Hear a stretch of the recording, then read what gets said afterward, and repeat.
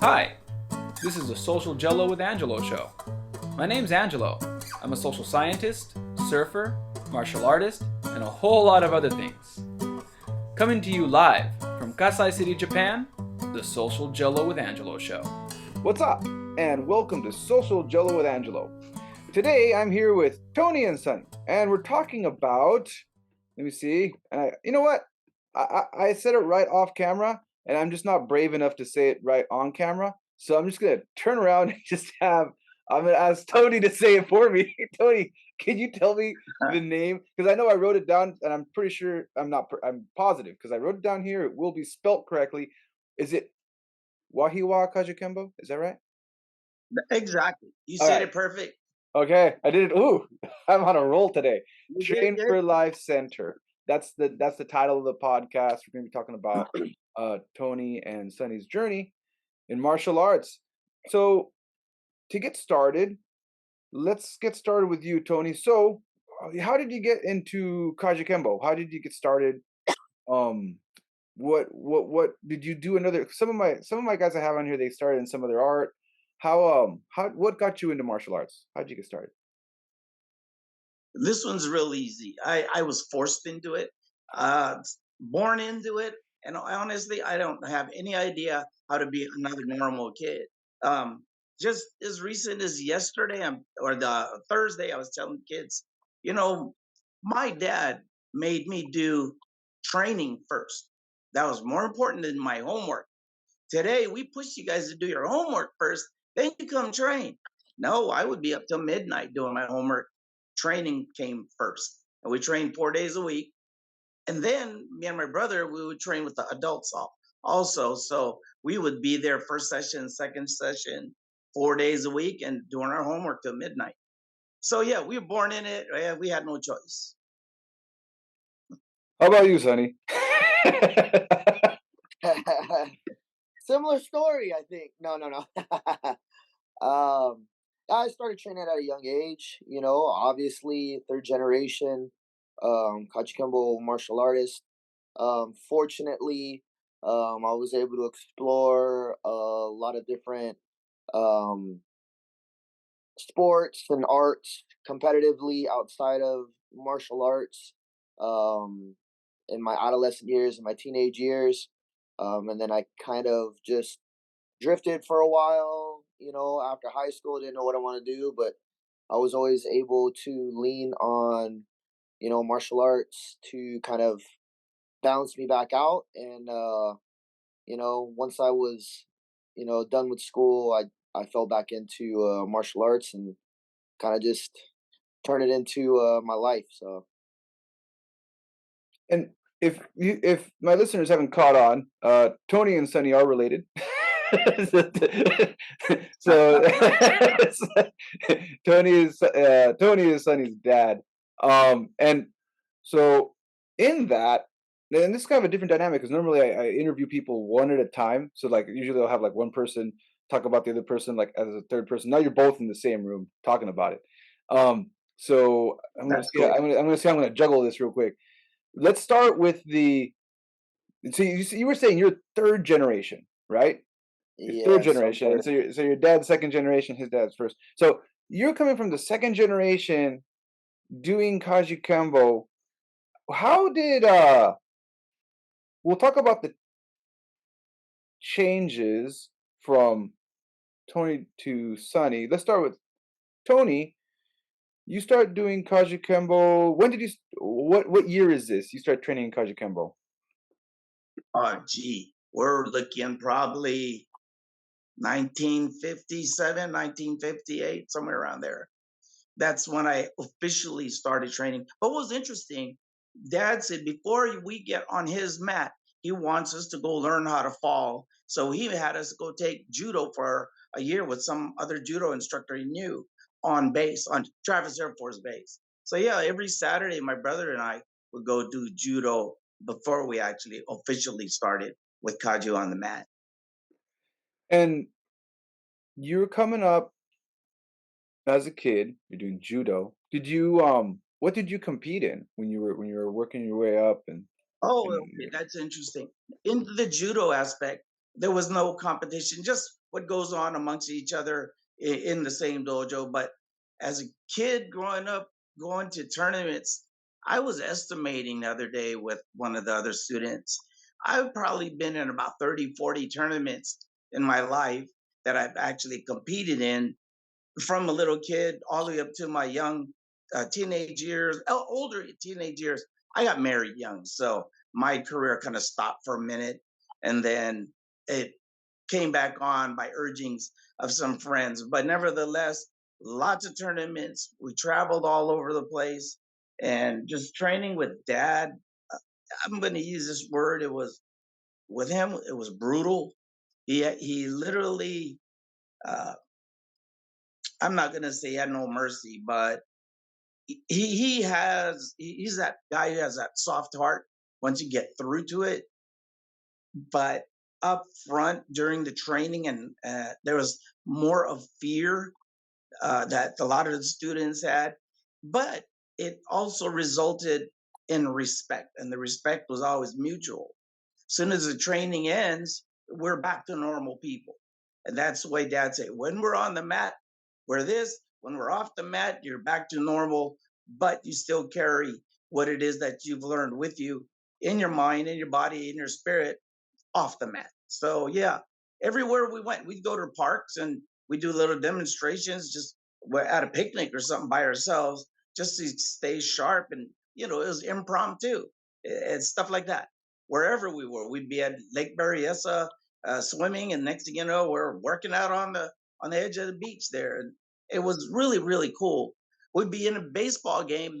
Between the breaks on a baseball game, amongst each other, we're back to training. With towels wrapped around our waist, and just that was our life. We didn't know anything else. So I grew up that way, and just talking about the 30, 40 different tournaments, I maybe had my share of second and third places, small, few here and there, but I always tell the students there's no problem with being losing, because I've only won one tournament in my entire life where I became grand champion as a kid, though. But that was it. And so there's nothing wrong with losing. I tell them you learn more from losing than you will from winning. And I appreciated that from my dad. Yeah, oh, one thing he did do, he would poke me in my head, poke me in my head, poke me in the head, and say, "You think too much. That's why. That's why you're too slow. You think too much." I know what he was getting at now as I got older. You learn that later in life after you get over the fear of getting poked in the head. And so, how about you, Sonny? So Tony, you were competing in and just for my viewers, because my viewers come from all styles. So you were competing in the open martial arts tournaments, open divisions, the open Correct. the open karate tournaments where they have like guys from different styles, taekwondo, karate, and kajukenbo and that kind of Yes, stuff, right? And exactly. It they wasn't had just strictly Kaji. the divisions are usually point continuous, which looks like kickboxing, but they don't allow leg kicks depending on the division and depending on the play. There's a lot of variables here because I've heard some people, oh, they don't allow leg kicks, and then people throwing leg kicks and they're doing takedowns. So that's kind of, Wow. I guess it depends. It always depends on the referees to mitigate that. But for just Right. so the public kind of gets an idea of what kind of competition we're talking about here, it's very similar to kickboxing. That's what I can say. And then they also will have a forms division. To get grand champion for most of these things, you have to place first in all the divisions, and then you get to compete in the grand champion. The grand champion. That's So they have basically like a bunch of different divisions and weight classes, and then they have this final setting called grand champion, where you have to beat the people that won those divisions. Usually, depending on the tournament, right. it might be in point or it might be in continuous, depending on what they choose at that time. So that's my Correct. I got that psychology background, so I always got to define everything. Sorry, I appreciate your patience with No, this. that's okay. Understandable. Understandable. But back during my time, I'm talking late 60s, early 70s, there it was just everybody fought. Taekwondo, Kung Fu guys, everyone fought each other. It didn't matter what style you were from, what's your background. Like you said, kickboxers would be in the term. We all fought each other. It didn't matter. All they did was line you up, short to tall. Whoever was standing next to you is who you fought. And if that's your classmate, they'll grab him, put him in another part of the line, and that's who you fought.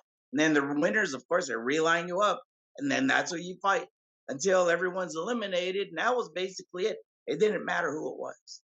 Did not matter what style. Matter of fact, those days we didn't have gear, no headgear. We only taped our hands just to tighten up our fists and tighten up our toes. And that was it.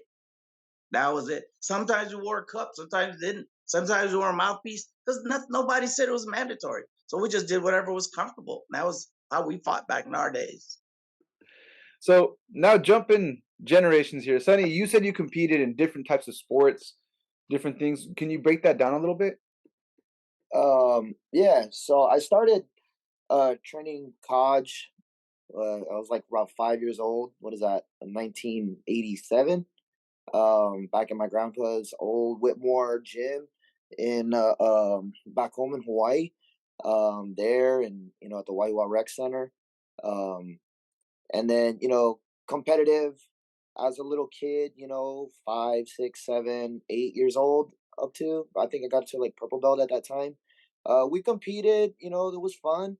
We traveled. Inter island to compete. And I enjoyed it. It got tough. Around 9 years old, so I kind of transitioned into more team sports. Football, baseball, um, soccer. I did a little bit of everything, man. I danced hula. Yeah, so back home, Competitive. it was just a little bit of everything. I was pretty fortunate to be able to have a broader range of activities as a kid. And then when I turned about 19, 20 years old, semi pretending like I was going to college, I didn't know what I want to do. So I just found myself back at the dojo with dad and my sister, and my brothers, training at the when we're back home here in Sassoon. What is that? 2001, 2002. I'm about Right. 19, Yeah. 20 years Like old. 2000, 2001. Yeah. Yeah. Um, training at the Joseph Nelson Community Center here in Sassoon. Got back into competition as far as sport karate goes. Um, got up to about my green belt, I believe it was. And I don't know, competitively, the sport point karate just wasn't enough for me. I wanted more. I want, it's just kind of. I grew up watching. UFC was amazing to me, and I wanted to tap into that. So I started training and competing in MMA. Um, that kind of halted my Kajukenbo training. Um, I fought and competed all over the place. The first fight was in New Mexico. Fought up in Humboldt and Air Force bases and all kinds of before Reno. before yeah, Reno, Tahoe, fought all over the place. Um before amateur MMA was even legal. um yeah, and then, I found out the hard way that my skill set was not a complete skill set. And that's when I, turned to training, jujitsu, adding a little bit of judo, wrestling, boxing, kickboxing, Muay Thai, um, in hopes that that would further my fight career. And then I realized that I was old already, and now I I teach, I coach, and I train. And this the during that journey, you said you were doing you were training at different places. Where were you training to for your jujitsu? When I first started actually MMA, is that what you're talking about? I actually started training with the Rapicons. I trained with Rapicon Martial Arts. Um, their son Rocky and several of their black belts, Brandon Madali. And Rocky was training jiu-jitsu, I believe, at Guerrilla Jiu-Jitsu at the time in Pleasant Hill or Pleasanton. And then he was kind of bringing it back. So it was kind of like a learn one day and learn it from somebody else another day. It wasn't no disrespect to anybody. It just, in retrospect, it was probably not the best jiu-jitsu training. But when I did start taking it serious, um, I was training at a gym in Vallejo. As far as jiu-jitsu goes, in Vallejo that had it's called Knuckle Up. They were an affiliate for Cesar Gracie. So I started training over there under who was the instructor at the time? Who was before Omar? There was an instructor before Omar. Shit, I don't remember. There was a few instructors that kind of came in and out. And that's actually when I threw a gi on for the first time, put a white belt on. That's what, 12 years ago. I started training actual like gi jiu-jitsu. Well, I don't know if you're trying to hide your age, but I'll openly say I think me and you're about the same age after what you just said. I'm 41, so I think Yeah, I'll be we're 41 in July. Oh yeah, welcome to the club. Yeah, I'm saying, as we said, I've got my tens unit on my back. So That's weird. Like the people, 40 is a weird age for martial artists because the rest of the world's like, oh, you're so young, and I don't feel, young at all. Yeah, that's just like it's just the public says I'm young. Thank you. I always say thank you very much. My body is telling me otherwise. Especially when it comes to fighting, right? Because if you really look at it, and you look at if you want to look at sport fighting, I mean, I think I'm surprised. There's certain sport fighting, like in Brazilian Jiu-Jitsu, they have they call them master classes. I call them the old man classes, but they have more of an opportunity for older athletes to continue to compete. I think in boxing, if you're really good, like Mayweather, I'm not in favor. Like, some people fucking hate Mayweather, and I get it. But if you do have a style where you don't get hit that much, you can do it a little longer. But for the most part, you don't get to do this for very long. And if you're doing Kajukenbo, if you're doing MMA, and I did MMA, there's a very like small window of opportunity, and even the smallest mistake. I had to retire early because I took on it was supposed to be an MMA match. The guy didn't make weight, so they're like, "Do you still want to fight?" I'm like, "Well, I'm here." So like, and I had to fucking cut weight. Like, I'm not. What am I supposed to do? Of course, I'm gonna fight. So like, they're like, "All right, well, do you mind doing a catch wrestling match?" I'm like, "Never done catch wrestling. What are the rules? Okay, let's do it." And I tore my LCL. I won, and I tore my LCL. And there it goes. Right? I made my mistake. Like, not even doing the thing I wanted to do. I ended up I retired. My intent at 38. My intent at 38 was to win an MMA fight in Japan because I won one. I won a tournament when I was younger in the U.S., but I wanted to win one in Japan. That was like my goal, and that got cut short by that injury, and then COVID hits. And COVID hits, and I'm like, okay, well, I guess I'm done. So like, just to give you an example to anyone listen, like when we say we're old, I know some people wasn't. Oh no, they're young.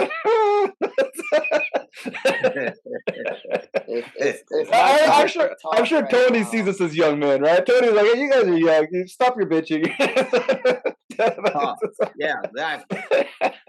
Looking at a 70-year-old dude, man. So Tony, you're coming from, so as we just talked to Sonny, and that's why I think it's cool, like having the two generations, the kind of experiences they have in the competitive world are pretty drastically different because of how martial arts evolves so much, right? You're looking at people talk about Kajukenbo, and I have that podcast of what is Kajukenbo, and it's like got all this stuff about it's got a mix, it's got this, it's got that. But one of the things that's really not talked about too much is how if you're in an art like Kajukenbo, or if you're in a sport like MMA that didn't really come out till way later, like you were saying, you were fighting illegally, right? Because there was that period. If you followed, I forgot, I think it's called Blood and Sweat. That's a book I read about the history of the UFC. How it was pretty much illegal. Like you just said, the government petitioned against it, but it doesn't mean that people weren't doing it. And if you talk to Kajukenbo guys on the island in Hawaii, like it was happening the whole time, even though the government was like, no, you can't do this, it's not sanctioned, blah, blah, blah, blah, and they're having that discussion. And really, by the time the public finally sees UFC 1, they finally see their first legal We'll put real big air quotes on this legal MMA match. But like before that, it was already happening. And I've talked to Hackelman about this. He was talking about how in Hawaii, and you're coming out from Hawaii, how they were having those open tournaments, like you were saying, with the Kung Fu guys, and they were like, they kept expanding the rules to start including takedowns and submissions because they were doing the same experiment Mm. with judo guys versus a kickboxer and that kind of stuff. So how is that happening coming from Hawaii, Tony? How is that happening over there? Like, how was martial arts evolving, and how did you experience that? Like, what? I don't know if I'm looking for asking for about. I guess your opinion too. How did you see that evolution? What are your thoughts on that evolution? How did you experience that? That's a very interesting question because I left the islands when I was around 10 years old. Of course, I did train for a short while from about 7, 8, 9, 10 years old. Come to California, that little evolution, it kind of changed. We grew up in stayed a while in LA, then we moved north to Northern California. And dad was always willing to go out, share his ideas so that the other person can share theirs. So we'd go with that to all these different schools, different styles. And to me, it was just, okay, here we go with dad again to some other karate guy's school to go learn something. So my brother and I would tag along, and whatever dad did with their instructor, we would copy them. So, we're just copying basically without knowing who they are. But I do remember as I grew up, it'd be like with Charles Gaylord, with Al Reyes, with Habuna, with um, Aldo Coscos, Bill Owens, Tim Louie, guys like that. We'd go train and learn, get this little background. And next thing you know, dad adds the Chuan Fa part, the soft style, to our Kajukenbo style. So now we've incorporated the soft style dances, and we primarily worked with Aldo Coscos and Bill Owens on dad creating those. So now that's what we teach. It's not a big program, but it is there. It does exist. So we maintain that, just like he did with the concentration dances that he also created. Um, but yeah, growing up and watching the evolution, as you just mentioned. So I saw how rough and tough dad was, brutal in Hawaii. We come to California, it kind of softened down. Now, it's a trip you brought up the legal aspects, because I read there was a newspaper article. Dad was on the Senate floor with some other Senate leader or somebody, and they were talking about weapons, nunchaku sticks, Filipino sticks, and all this. And dad was trying to let them see how safe it is, but there was so much opposition that they lost on the floor at that time. And now at a young age, I was probably 18, 19 years old when I got my black, 22 years old when I got my black, sorry. And next thing you know, I'm registered in the state of California as a deadly weapon from that point on. But I don't know how that law is being carried today, because there's so many black belters out there. It would overwhelm the government. In any case, so back then, and like I said, that would probably be in the 70s when that occurred, when dad went on the Senate floor. Um, so we had to lighten up, and all these rules came about how if you make contact, you draw blood, you're out, you're done. So we had to adjust. So it turned into what kind of was termed like everybody was playing tag. Okay, so it was just you open your hand, touch the guy, you got a point, and it got there. Okay, so I trained, we fought, we adjusted to fight little nicer. I'm going to say I moved back to Hawaii in 1988 with my family because I wanted my kids to learn what Hawaii's life was, very similar to what my dad did to move us here. He moved us here for education. I brought my kids back for the culture.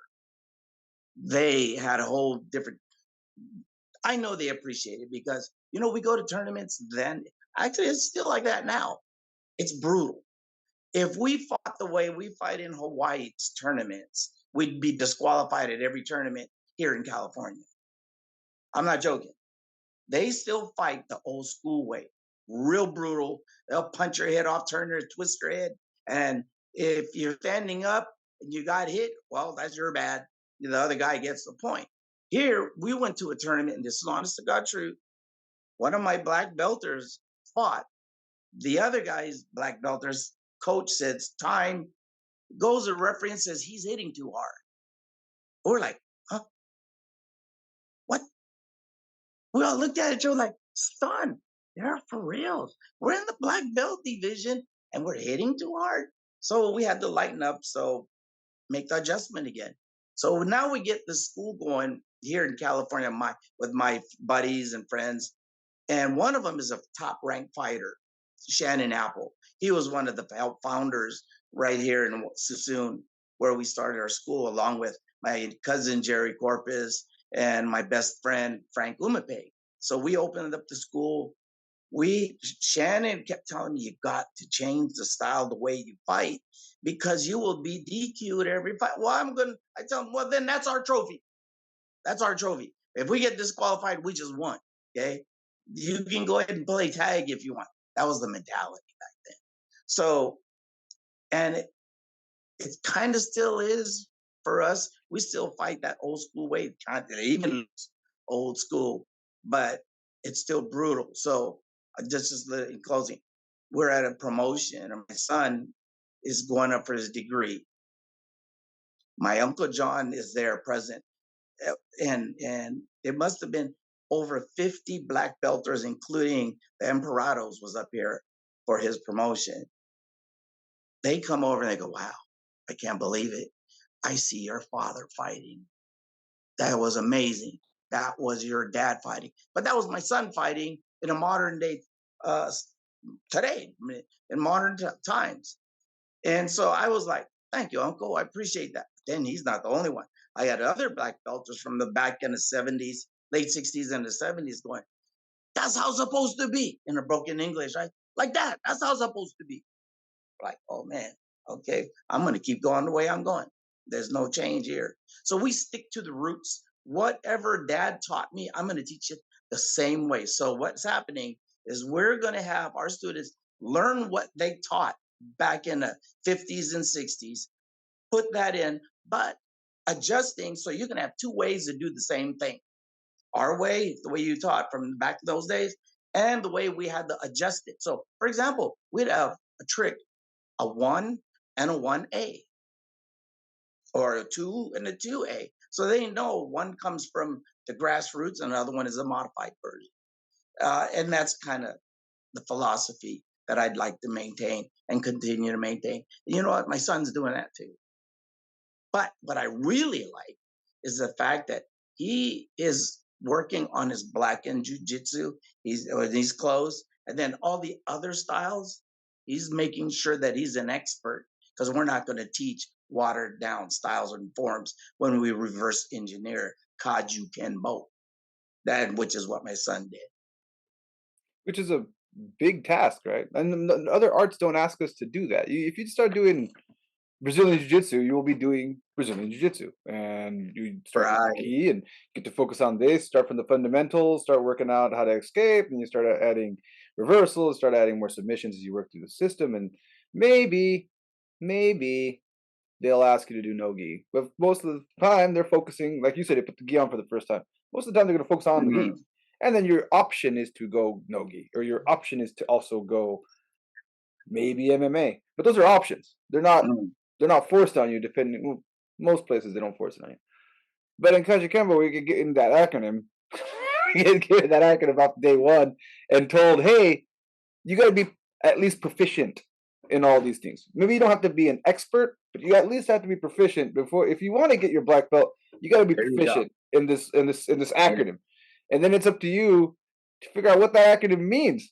Because it can mean a lot. It can mean a lot depending on your instructor, and it can mean a lot depending on what you want to use it for. Like Sonny got into MMA, so now you're trying to figure out, well, how do I adjust my Kajukenbo in a place where I'm not allowed to do certain things that I'm allowed to do in Kajukenbo. Like, even no matter how rough MMA can get, depending on the event, some places won't allow a stomp to the head.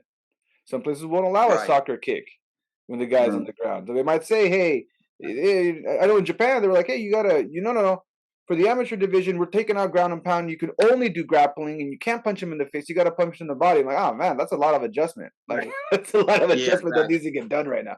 So now going with that in mind, Sonny, how are you now adjusting? Like, how are you? Like, your dad just mentioned you're working now on getting your black belt in Brazilian Jiu-Jitsu, but how are you adjusting your Kajukenbo to try to mold it? Because you said you're coaching too, so I'm assuming you're coaching MMA as well. Is that right? Yeah, hmm I'm a professional MMA coach here in California. Well, throughout the United States. My guys compete on UFC Fight Pass once, twice a month. We're all over the place. A1 Combat with Uri Faber, Cage Warriors. We fought Bellator in Hawaii, San Jose. So as far as my professionals goes, we're pretty well established in our region, as well as our amateurs. So you know, to get to the beginning, transitioning from Kajukenbo into MMA back when I was fighting, it was tough, because the groundwork, was different, you know. So I learned the hard way. I lost 100% of my fights due to submission. Well, the fights that I did lose, anyways, was because of submission. But um, so as far as like developing, you know, uh, style, I mean, I try to take that philosophy of use what works and try to eliminate what doesn't, but I let the individual fighter kind of figure that out. So we don't really have a set style. We have, our own little system as far as our MMA guys go, with certain techniques, and the guys kind of plug and play. But for our Hodge program, I don't want to disrespect, any other individual art. So until I actually earn my black belt in jujitsu, I'm not gonna start actually implementing any type of jujitsu into our college curriculum. But it is actually a plan of mine. When that happens is when it happens. I'm in no rush. Like my dad said, he got his black belt when he was 22. I got mine when I was 30. So I'm in no rush. Um, I want to make sure that I understand fully, and I've earned the right to be able to teach somebody modern Brazilian jiu-jitsu. But yeah, that's definitely in the works for me personally, is to add our own you know jiu-jitsu aspect, modern jiu-jitsu aspect into the curriculum. But for our fighters, you know we train everything. We train everything. A lot of my guys, actually, all of my guys, they come with a little bit of high school wrestling, and then they want to transition and fight MMA. Never been punched in their face in their lives, So with my base, I'm more of a striker base, So that's kind of our quote unquote style, I guess you could say. But my guys, I'm not the jujitsu instructor at my dojo. I have a black belt and jujitsu instructor at the dojo. So we learn from him, and we exchange ideas, and we figure it out, man. We just figure it out, and we um, tailor our fighters. Just like a tailor with a suit to fit them. What feels good to them, what works well for them, and the things that don't work well, we have to make it good enough to the specific opponent. Who are we fighting? What is that guy's background? Where are we possibly going to go? And if it's going to be where we're not comfortable, how do we able to combat that and be able to transition into putting ourselves in a where we're more comfortable and putting ourselves in the advantage. So it's kind of, I enjoy it because it's like the art of fighting without fighting type of thing, where I'm not the one getting my ass kicked all the time, and I get to play that game of like, okay, let's do this, let's try that. How does this feel? figure this out, bring guys in from other gyms, and just kind of picking each other's brain. We have a pretty good affiliation out here in the Bay Area of, smaller privately owned gyms. And we bounce around and we feed off of each other. So yeah, it's fun, man. It's fun. It's challenging, and trying to keep up. And as your guys further develop, the competition only gets better. So we're hitting at that stage now.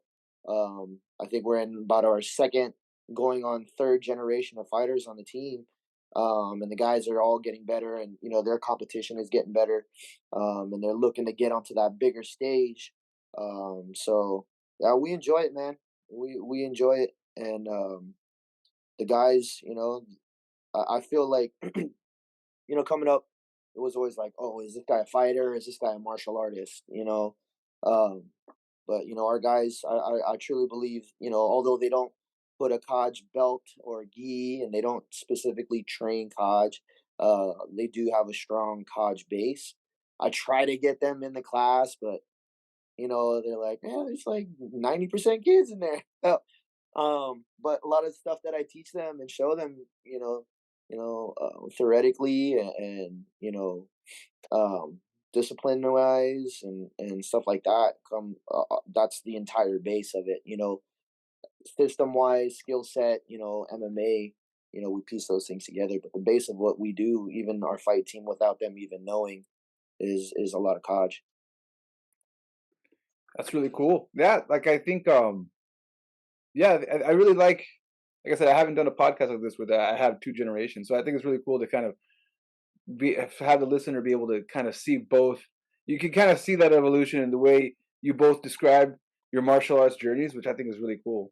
Now, Exactly. I'm about to wrap things up, and normally I ask one question, but I don't want you two fighting over how to answer the question, so I'm going to ask two different questions. I'm I'm going to not gonna ask. fight, Dad. You win. Yeah, Uh, that's why I'm just going to give you two different Bob, questions. No, yeah, no, that's why I'm going to ask two different questions. So, so excuse me while I that's fair. formulate this in my head. Um, Okay. Tony, what would you? What's your advice on if someone wants to try a new martial art? What kinds of things should they be looking for if they when they walk into a place? What kind of things do you think they should be looking for if they're looking for a martial art place to train at? A while ago, while we're training, there was this man that would come to the door, not come in, but stand at the door and watch. And then he disappeared. He did that for about a month, month and a half. Finally, one day he joined and said, I just want to train because I like what you guys are doing. So he's training. Then he goes, we start to talk. This is like 3 months in. And I go, so what brought you here? And he goes, I like your school because you're the only school that prays. Can you believe that? Then I find out he's a pastor. He's been wanting to do martial arts all his life since he was a little kid, but he said he went to every school in the area, and he went around twice, and he kept coming back to us, and he said, you guys pray. And the prayer in there where it says, and to keep others mindful of thy commandments, hit home. It struck a bell. So that right there tells you the good in what we do, assuming is being taught with right teachings. Okay, so my belief in what people would look for is they have to sit and watch. Then they'll be able to make their evaluation. We've had parents tell us, wow, we need to have people come in here to learn parenting skills because we teach heavy on discipline and respect. And that comes first. And there are rules, and the rules cannot be broken. And even the parents are held accountable. And they're like, whoa, this is a whole different ball game. It's not baseball. You go sit in the stands and watch your kid play ball. No, man, their parents has to make a commitment also. So we talk to them about that. Sonny was just talking about that yesterday, about parents having to buy in with what we're doing. And if they believe, their kids will go far. And we believe that too. And they have. That was kind of just one thing that, what from one perspective, and the other perspective would be, yes, I like our style because they get to watch this mat train karate. Then at the end of that session, they just turn their head to the right and they'll watch the jujitsu guys. When that class ends, they can turn back to the left and watch the boxing guys, and then turn their head back over to the right and watch the judo guys. Then we got parents going, you know what? I'm going to have my kids do all four of them. So we got little 7-year-old kids up to adults jumping from one class to the other. And then they finally find a home with Kajukenbo because they saw how it can kind of come together. And that's the marrying of the two. I thought that was very brilliant. What my son did was reverse engineered it and still tie it together into Kajukenbo. And it still is Kajukenbo. He just took it apart and reassemble it. And it gets taken apart and reassemble it. I love that concept. I was impressed with that, to say the least, just to see how it changed. Because Dad's days, nah, it was brutal. When you watch and you stood and watch, and people come and watch in different classes because they hear how brutal it was in our training. But we'd have promotions where we'd use a real knife. And I've seen a guy froze, put his hands up rather than move, and the knife go right through his hands. And the good thing he did that because it would have went into his belly. And the guy would turn, look at Dad, hide his hands behind his back. Like, what do I do? Here's Dad. Finish the trick. We're wearing white geese, splatter blood all over his back. He's finishing the trick. Finally, it's done. Dad's satisfied. He goes, okay, go hospital. That was Dad. He was just like that. Oh, look at his fingers dislocated. He'll grab it. Just, okay, go back, drain. That was Dad. Brutal as it comes. Sonny took the brunt of it because Dad told me that's his namesake. He's going to pay. But I know what he meant because in the belief in our prayer, talking with that pastor, we teach children, and Dad's always told me, teach the kids. The parents supposed to know. In his broken English, in his philosophy, teach the kids. The parents supposed to know. The adults supposed to know. He always told me that.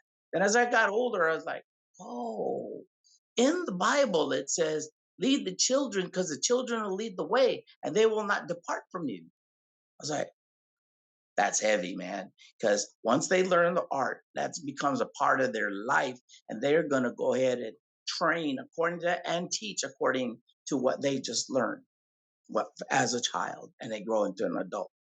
Yeah, Dad's belief in how to teach was kind of out there. To me, in my opinion, looking back on it today, as brutal as it was on the advanced stage. You know, he took us me and my brother, to Bruce Lee's dojo, and they exchanged ideas. And this was before Bruce Lee ever was really famous. I would say it was mid 60s, the late 60s.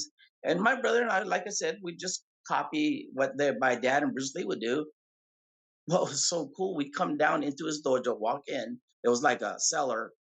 And there he is sitting down with his legs crossed with a 35-pound bar, for weightlifters, and just sitting there what looked like elbow strike and just waiting for us patiently. So we just wait. When he finally get up, he'd recognize us. We make nice greetings, and then we start training. It was beautiful. But I didn't know it was Bruce Lee. I just thought he was just another black belt guy that Dad wants me and my brother to go train. He would rather go ride our bicycle down the street, but he made us go with him.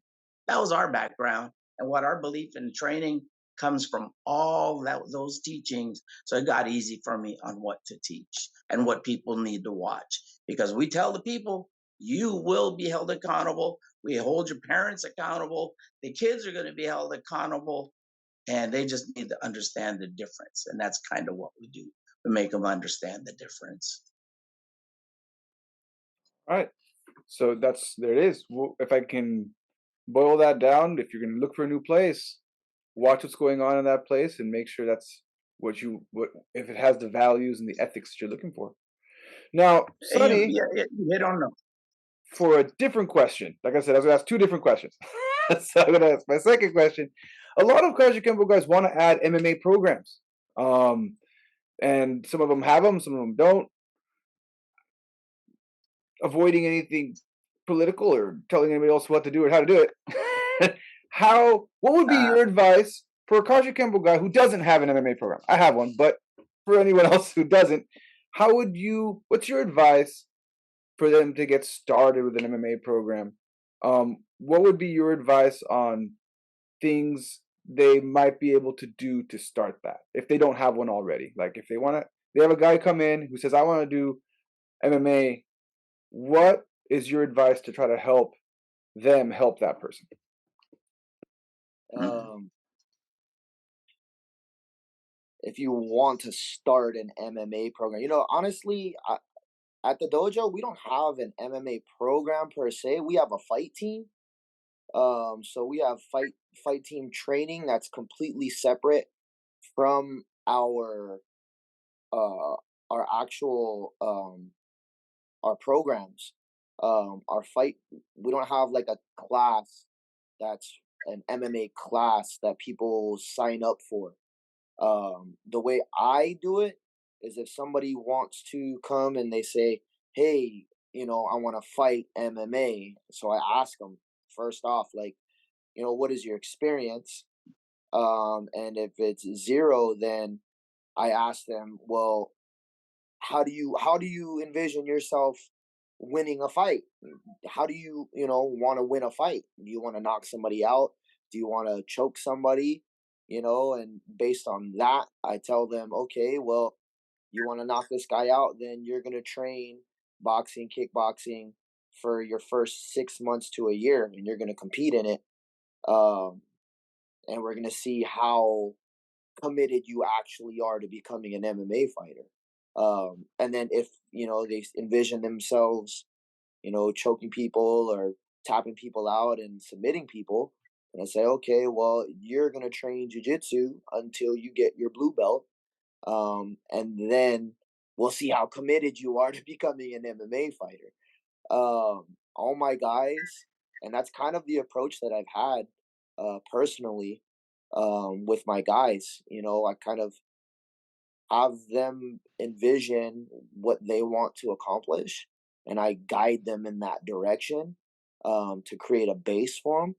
And then, once they are competing in that individual art, for maybe 6 months to a year, depending on how quickly they grow, that's when we start adding in, the other arts to complement what their base is. And then once they're proficient enough in their complements, that's when we start putting them in amateur MMA fights. And then, however long it takes for them to become, you know, professional fighters is up to the individual and the commitment. But my advice for somebody that only has a Kajukenbo dojo and they don't have an MMA program, and if they have not actually competed in MMA, honestly, my advice would be don't do it. You're putting people in danger. um, because not one person has all the answers. Um, if you only have a Kajukenbo school and you want to do MMA, you're gonna need to bring in people, and you're gonna have to open up your mind to bringing in, you know, higher level, individual coaches, and teachers that are gonna be able to help guide this person, individual, this fighter, um, and teach them, what they need to know from every aspect. Because it's dangerous. Like we spoke earlier, there's not a lot of longevity. There's a lot of risk. The risk reward is terrible. And it's not for everybody. It's glorified and all this and that, but it's a serious thing. I take it very, very seriously, personally, um, because with when I came up fighting, I learned the hard way, and I didn't have all the right, you know, teaching. I didn't have the right guidance. I didn't have the right mentors. I didn't have the network to get into, fighting. I mean, even the politics of fighting, like if you have guys that are coming to your gym to fight MMA, it's like, do you know any MMA promoters? Do you know any MMA matchmakers? Mm. Um, so that's important because you might be getting set up, as what they're calling tomato cans, right? And you're putting you up against this super high level guy and you don't even know it, So how well are you versed in the background of MMA as well, as far as promotions, events, how LinkedIn is your network, you know? So there's a lot of variables.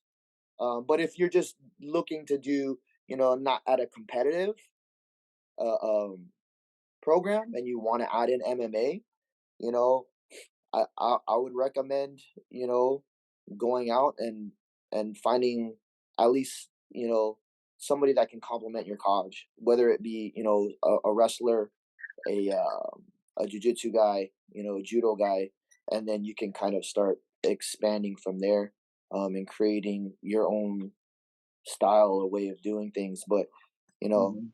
again, just to reiterate, if you're starting an MMA program to compete and you really want to get these guys because they come in hungry and they have this vision of becoming professional, high level paid, athletes. Um, I would actually, if you don't have a background in it, I personally would say don't do it and send them to somewhere you know that they're gonna get taken care of the right way. Especially if they have really really high goals and stuff like that. That it's okay to say I don't know, and it's okay to to put your ego down for the betterment of this person, this individual that's looking to get to a high level of competition. Mm. Yeah, yeah, and that's I think you made a really good point. I had some kids come in here. They wanted to do kickboxing, which I've done. Like, all right, cool, we'll do some kickboxing, and that's what they said wanted to do. Then halfway through their kickboxing journey, they changed their mind.